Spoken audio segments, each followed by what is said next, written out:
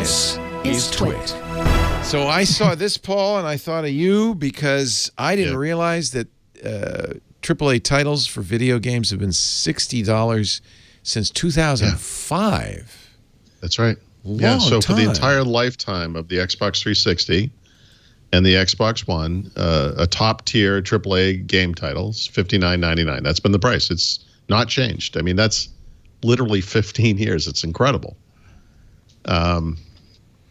And now that's going to change. So apparently, I don't know if this will be standard, but I think it's going to be. I think, once you see a couple of titles fall, it'll all it's be going to $70. They'll all be $70. It's going to be $70. Yeah.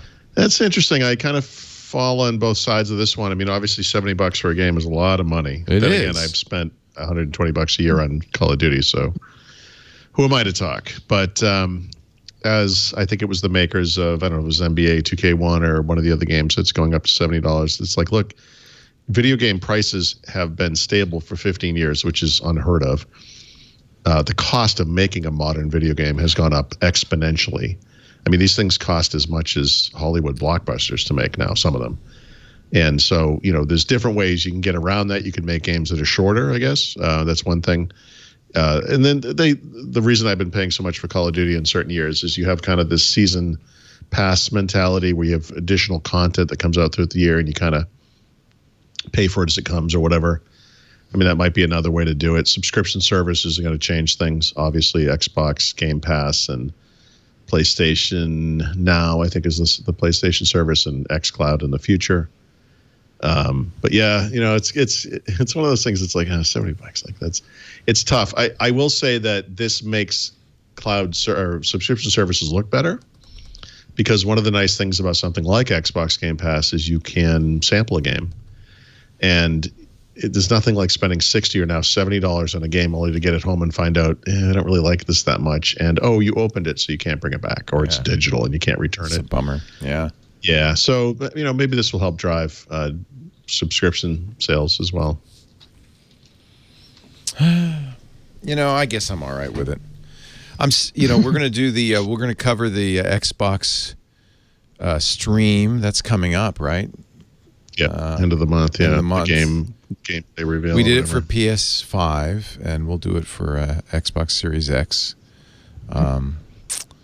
It's good. I'm going to do that one because I'm kind of interested. I'm looking forward. I will say, if you don't want to spend $70 on a video game, which is understandable, there is an incredible and growing selection of indie games available. Yeah, very good consoles, stuff. Xbox, and PlayStation. Just some amazing games. Well, there's also, I always figure that really is all about Game Pass too, right? Because I think the future, probably Google feels this way. I'm sure Microsoft does. I don't know about Sony. Is streaming Oh yeah, for sure.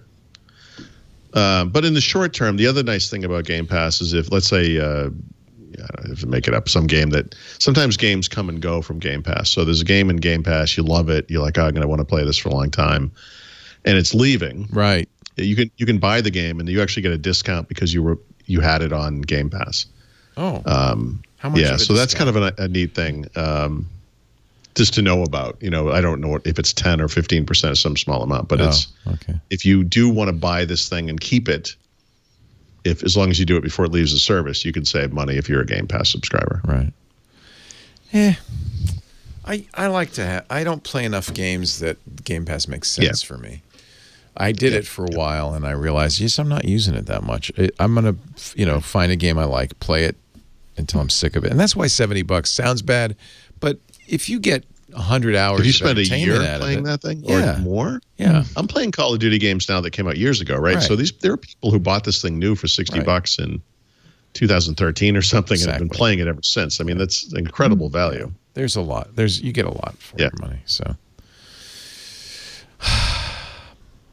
I'm hoping beyond hope for the Series X, because that PS5 is looking mighty good too.